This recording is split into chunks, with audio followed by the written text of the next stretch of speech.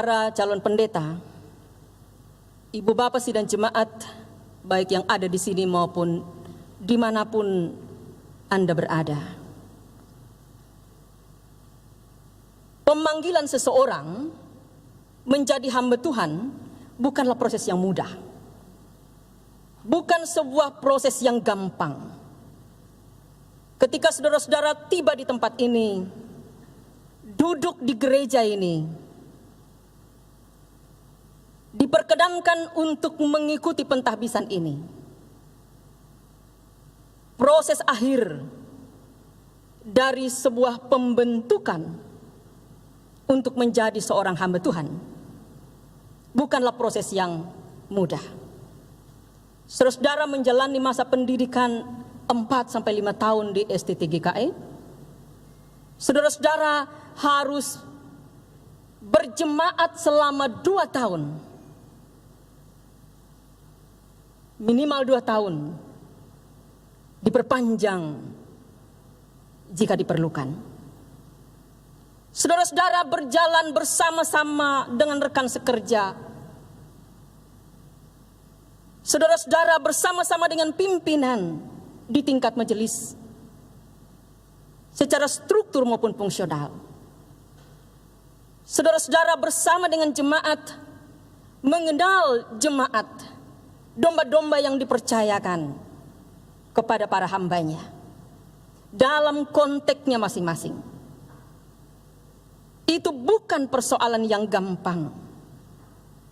Dan dengan pengalaman itu, saudara-saudara dianggap siap, dianggap mampu, dan tiba pada penghujung dari sebuah proses. Saudara-saudara yang kekasih, sesungguhnya persiapan Yosua jauh lebih berat dibandingkan persiapan kita, para hambanya di masa kini. Saudara-saudara, hampir 40 tahun Yosua bersama dengan Musa. Ketika umat itu keluar dari Mesir, ia dipilih dari antara orang Israel itu menjadi abdi Musa. Saudara-saudara, apa yang menjadi kekuatan? Sekiranya ini pertanyaan penting kita. Apa yang menjadi kekuatan Yosua sehingga ia dipilih dan ditumpangkan tangan oleh Musa? Saudara, mungkin kita bertanya, saudara bertanya, kami bertanya sebagai para pendeta yang sudah melayani sekian tahun, apa yang menjadi kekuatan kita? Mungkin kita akan mengatakan ini kehendak Tuhan, hak prerogatif Tuhan telah memilih kita. Betul. Tetapi firman Tuhan hari ini mau memperlihatkan kepada kita ada sesuatu yang lain. Ada sebuah proses yang bukan hanya dijawab karena Tuhan, tetapi ada sebuah proses yang boleh kita pelajari dari Yosua. Saudara-saudara, kekuatan pertama yang dimiliki oleh Yosua ialah ia seorang yang setia. Ia seorang yang taat kepada siapa, saudara? Kepada Musa sebagai pemimpin. Mengapa ia taat kepada Musa? Karena ia tahu Musa adalah abdi Allah. Apa yang dikatakan oleh Musa itu adalah firman Allah. Saudara, menarik. Yosua percaya karena Musa adalah abdi Allah. Ia percaya karena apa yang dikatakan oleh Musa itu adalah kata Allah. Seringkali saudara dalam hidup kita kurang percaya kepada pemimpin kita. Kita sering tidak menghargai pemimpin kita. Dan ini terjadi tidak hanya di dalam gereja, tetapi terjadi di tengah masyarakat dunia. Mengapa terjadi perselisihan di antara gereja? Mengapa terjadi persengketaan, terjadi politik yang sangat menyakitkan di dunia luar dalam kepemimpinan?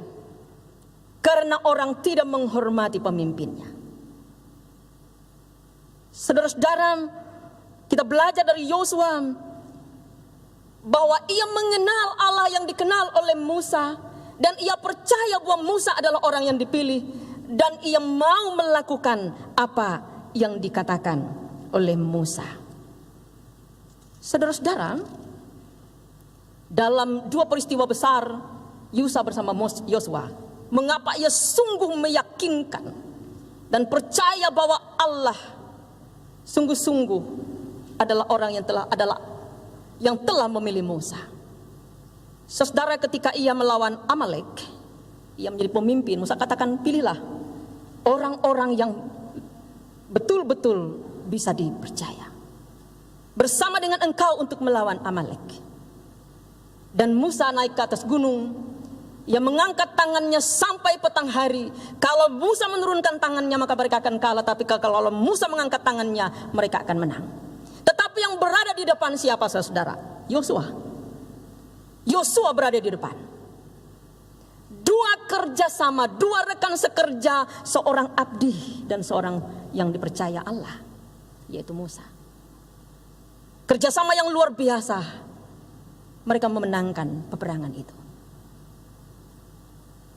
Bukankah ini sebuah proses dalam diri Yosua?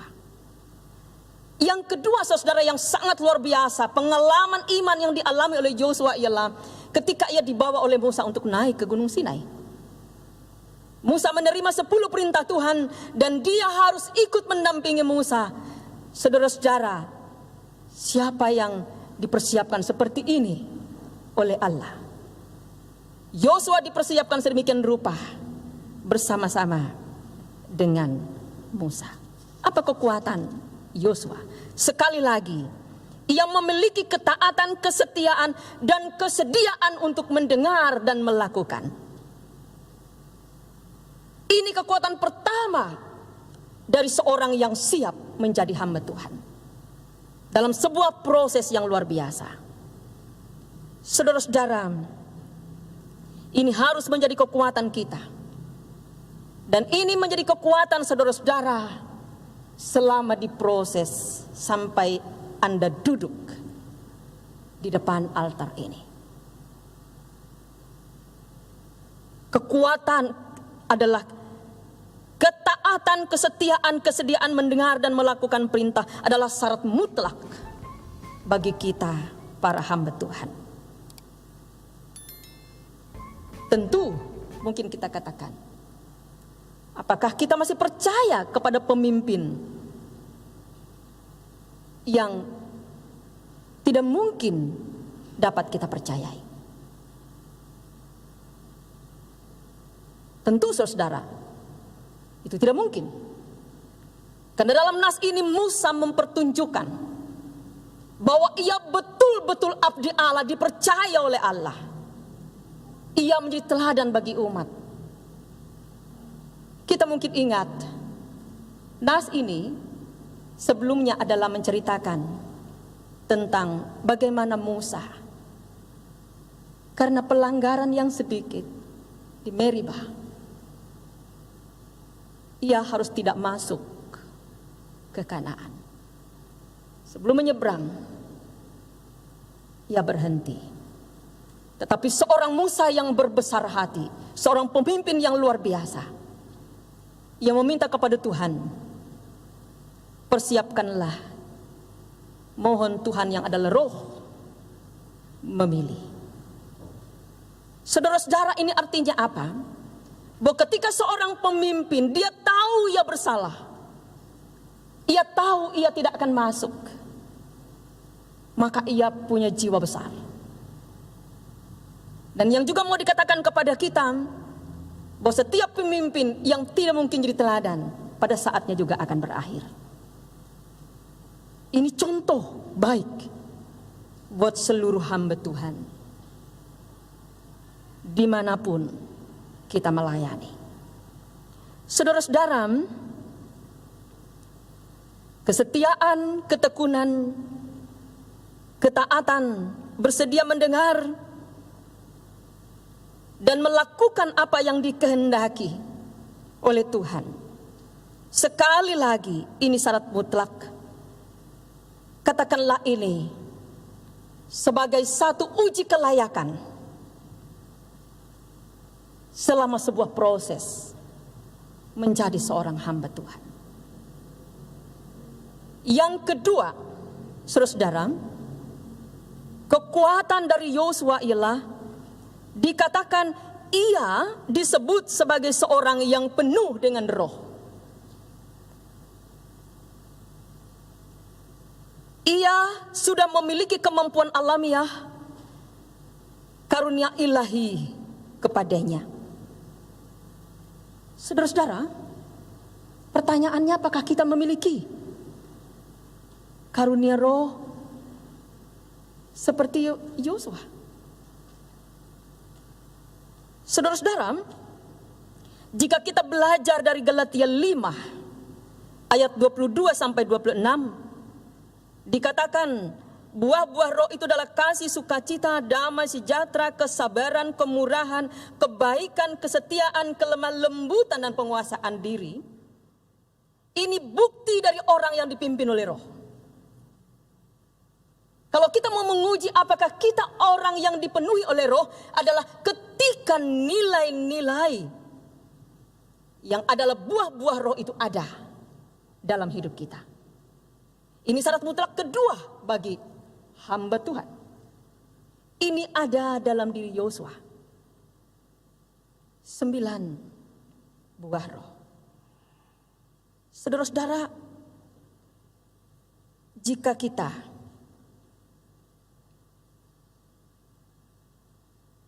tidak tinggal dalam Tuhan, kita tidak mungkin hidup dalam roh itu. Kita harus menyalipkan kedagingan kita. Saudara, menjadi hamba Tuhan menjadi orang yang berbeda dengan orang biasa. Paulus katakan, diriku bukannya aku lagi, tetapi Yesus hidup di dalam aku, dan aku di dalam Dia. Apa artinya, saudara?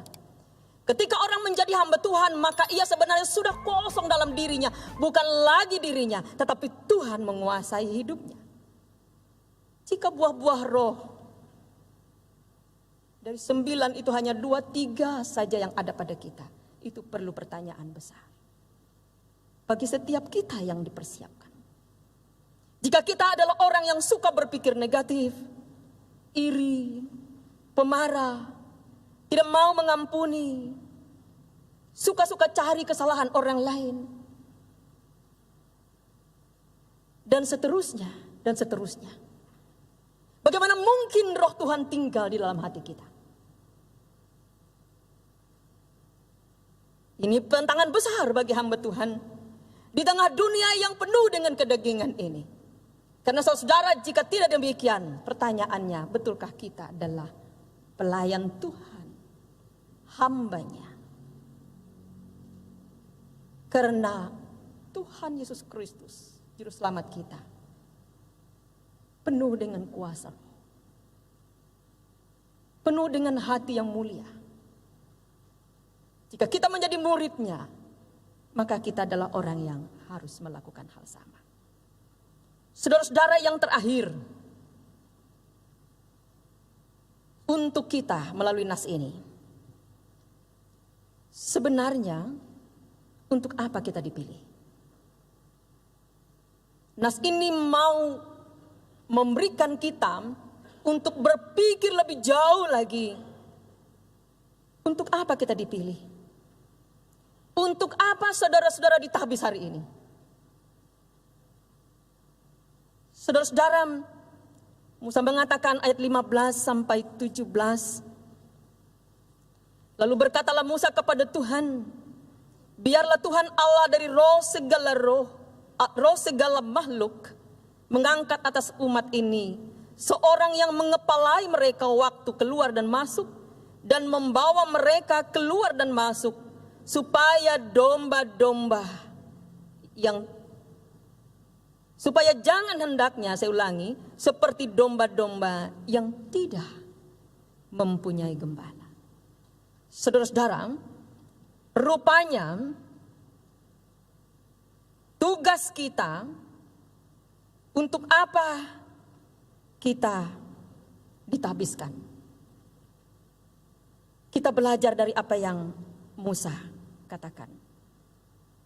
Untuk mengepalai dan untuk membawa. Ada dua kata yang tidak boleh terpisah sebagai hamba Tuhan. Orang bisa saja menjadi kepala, belum tentu dapat membawa. Ada orang yang dapat membawa orang lain, tetapi belum tentu menjadi kepala. Seorang hamba Tuhan mempunyai tugas dua besar: mengepalai dan membawa.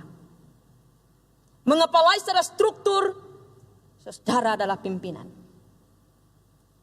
Pimpinan organisasi suatu saat, dan pimpinan fungsional, pimpinan rohani. Itu bukan sembarang tugas. Sekali lagi, bahwa tidak semua kepala dapat membawa. Membawa masuk dan keluar. Saudara, ketika umat Israel, dua istilah ini dibawa terus. Ketika mereka keluar dari Mesir, Allah katakan, bawa mereka masuk setiap negeri yang harus mereka lewati dan mereka duduki. Istilah masuk. Dan saudara, kita tahu bahwa ketika kita masuk di tempat yang baru, akan ada suasana yang lain, yang sangat berbeda dari suasana. Ketika umat Israel di Mesir menjadi berbeda dengan di mana mereka memasuki Amalek, di mana mereka memasuki Kanaan, bagaimana mereka menyeberang sungai Yordan, dan seterusnya kota-kota yang tempat mereka duduki. Dan itu menjadi situasi yang sungguh berbeda. Saudara-saudara, ketika dikatakan engkau akan membawa, mengepalai dan membawa, tugas kita adalah memimpin umat itu, membawa mereka kepada sebuah perubahan. Berubah itu ada dua, berubah kepada yang baik atau tidak baik. Tentu kita berubah, mengubah jemaat ke arah yang lebih baik. Ketika umat Israel keluar dari Mesir, mengapa mereka keluar? Karena mereka dijajah, ditindas. Allah bawa mereka, di sinilah tempatmu, di mana susu dan madu menjadi bagian yang dipersiapkan untuk mereka. Artinya apa, saudara? Tugas para hamba Tuhan, tugas kita sebagai pelayan, Yosua dan kita semua adalah membawa umat itu untuk tidak ditindas. Memerdekakan mereka dari berbagai kesulitan. Membawa mereka ke tempat di mana di situ sumber berkat, sumber sukacita, sumber kekuatan. Ini tugas kita. Saudara, ini bukan tugas yang ringan. Karena itu dalam nas kita pada hari ini yang paling terakhir, Yosua harus mendapat penguatan dan ia diperlengkapi. Dikatakan, tumpangkan tanganmu. Itu Allah katakan kepada Musa. Dan ia harus berdiri di hadapan Tuhan, berdiri di hadapan umat Israel, berdiri di hadapan imam, dan berdiri di hadapan Musa. Hari ini, saudara-saudara akan memasuki masa yang baru. Tapi sebelum saudara-saudara akan memasuki masa yang baru itu, saya katakan sini, masa yang baru sekarang, saudara ditahbis dalam situasi pandemi COVID-19. Ini berkat buat saudara-saudara. Ini momentum yang tidak pernah terlupakan dalam hidup saudara-saudara. Karena dunia baru, era baru yang saudara-saudara akan masuki, itu dunia yang sangat berbeda dengan yang lama. Dan kita harus mengajak umat Tuhan untuk hidup dalam perubahan yang sangat luar biasa ini. Karena itu kita butuh kekuatan supaya kita dapat menguatkan jemaat dalam kekhawatiran dan ketakutan, dalam kesulitan, dan membebaskan mereka dari kesulitan-kesulitan. Saudara-saudara, karena itu hari ini Anda akan mendapatkan penumpangan tangan. Seperti yang Musa telah lakukan. Penumpangan tangan artinya pemberian wibawa.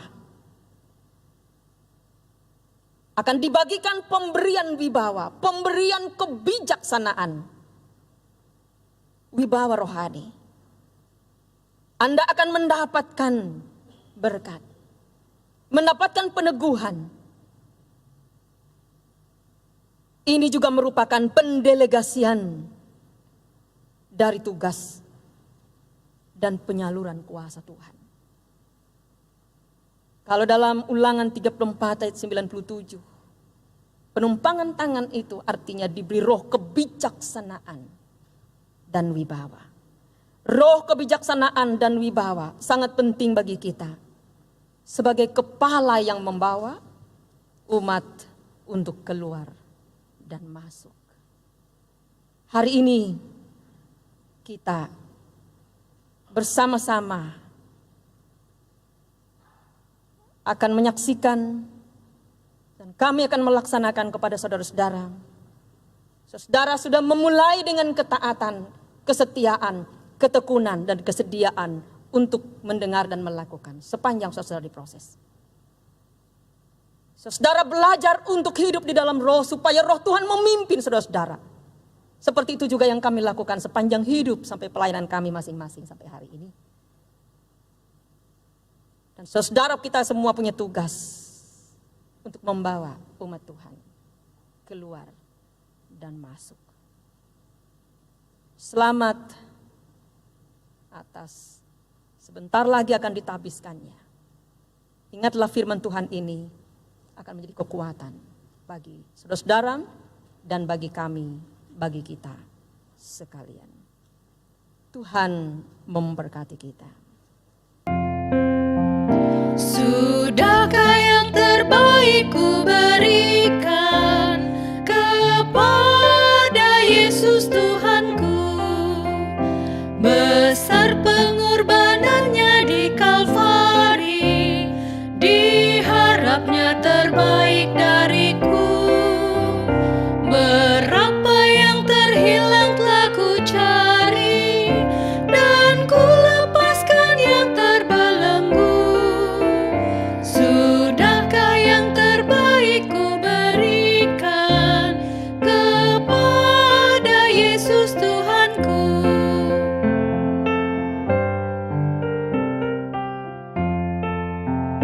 Telah ku perhatikankah sesama, atau ku biarkan tegar?